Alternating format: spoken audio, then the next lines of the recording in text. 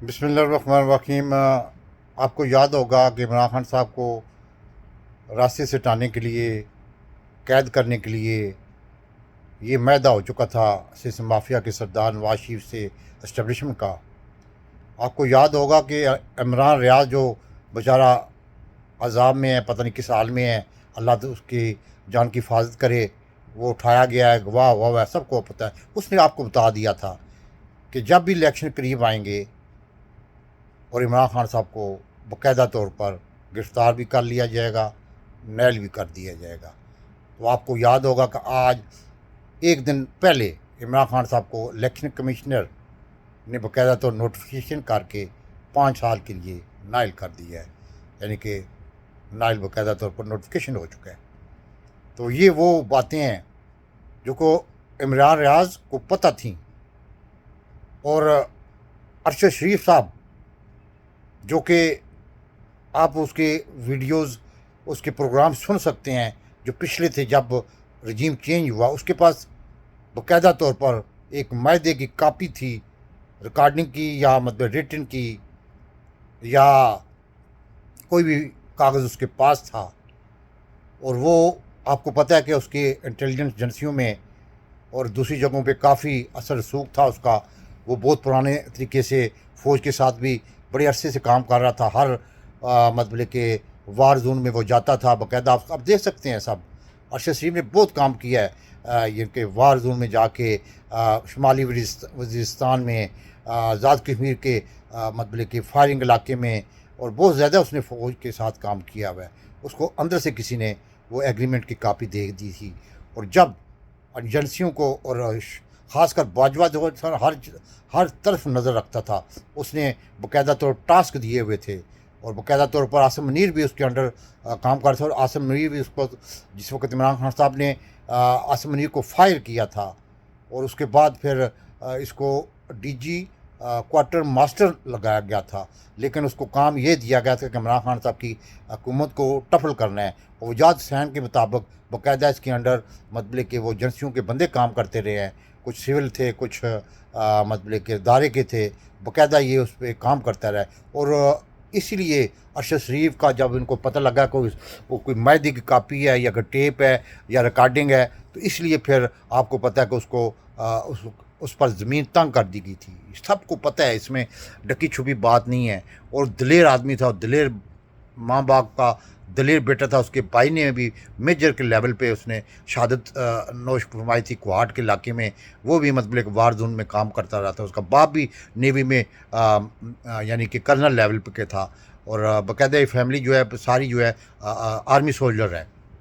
لیکن اس کا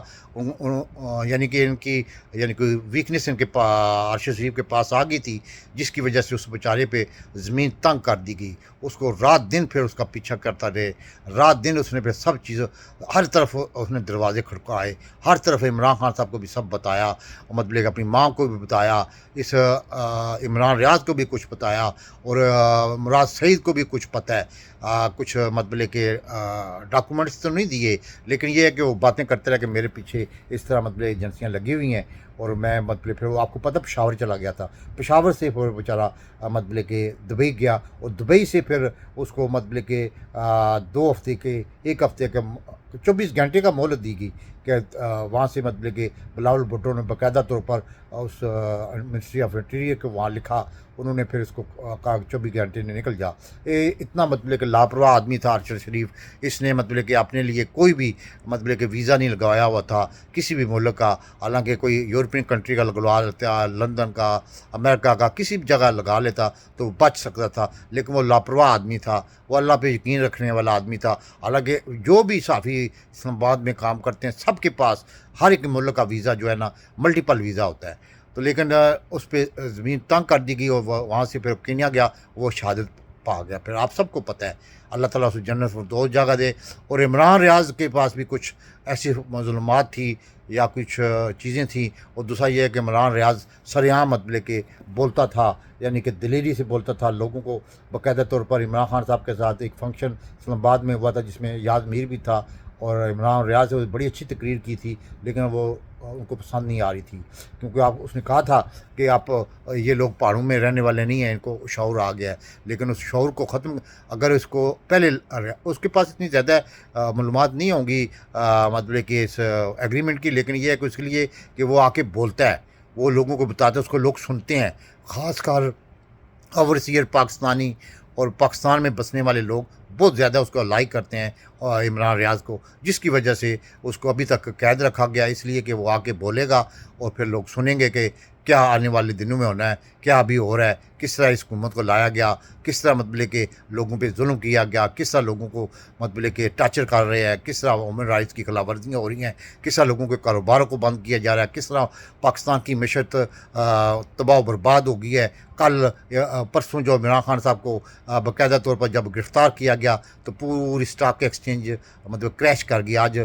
جو ڈالر ہے تقریباً 300 سے اوپر چلا گیا ہے۔ تو یہ چیزیں جو ظاہر کہہ رہی ہیں کہ پاکستان کی اقتصادی صورتحال نہایت ہی گمبھیر صورتحال پڑ گئی ہے، لیکن اسٹیبلشمنٹ نے جس مقصد کے لیے اس امپورٹر حکومت کو لایا تھا، اس مقصد میں وہ کامیاب ہو گئی ہے، اس نے وہ مطلب کے کام کروا لیے ہیں جو عمران خان صاحب کبھی نہ کرتا، لیکن یہ ہے کہ اس حکومت نے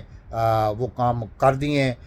جس طرح بھی کیے ہیں، یہ آنے والے وقت میں پتہ لگے گا، اور جس طرح مہنگائی کی صورتحال ہے، جس طرح بے روزگاری کی صورتحال ہے، صنعتی پہیہ رک چکا ہے، ملک کے مطلب حالات بڑے خطرناک ہیں، اور باقاعدہ طور پر ہمارا آصف اصلاح جو کہہ رہا ہے جی ہمارے ساتھ عوام ہے، عوام اس کے ساتھ نہیں ہے، ایک 90% 85% عمران خان صاحب کے ساتھ عوام ہے، اس کو ابھی تک گراؤنڈ ریئلٹی پتہ نہیں لگ رہی، یا اس کو بتائی نہیں جا رہی۔ اللہ پاکستان پہ رحم کرے۔ حالات و واقعات مجھے اچھے نظر نہیں آتے۔ عمران خان صاحب کو اسٹل یہ مطلب کہ اندر رکھیں گے، کیونکہ یہ معاہدہ ہوا ہے سسٹم مافیا کے سردار نواز شریف سے، اور مریم نے آج جو ٹویٹ کیا اس سے ظاہر ہو رہا ہے کہ وہ بڑی خوش ہے، کیونکہ معاہدے پہ عمل ہو گیا نا۔ پاکستان زندہ باد۔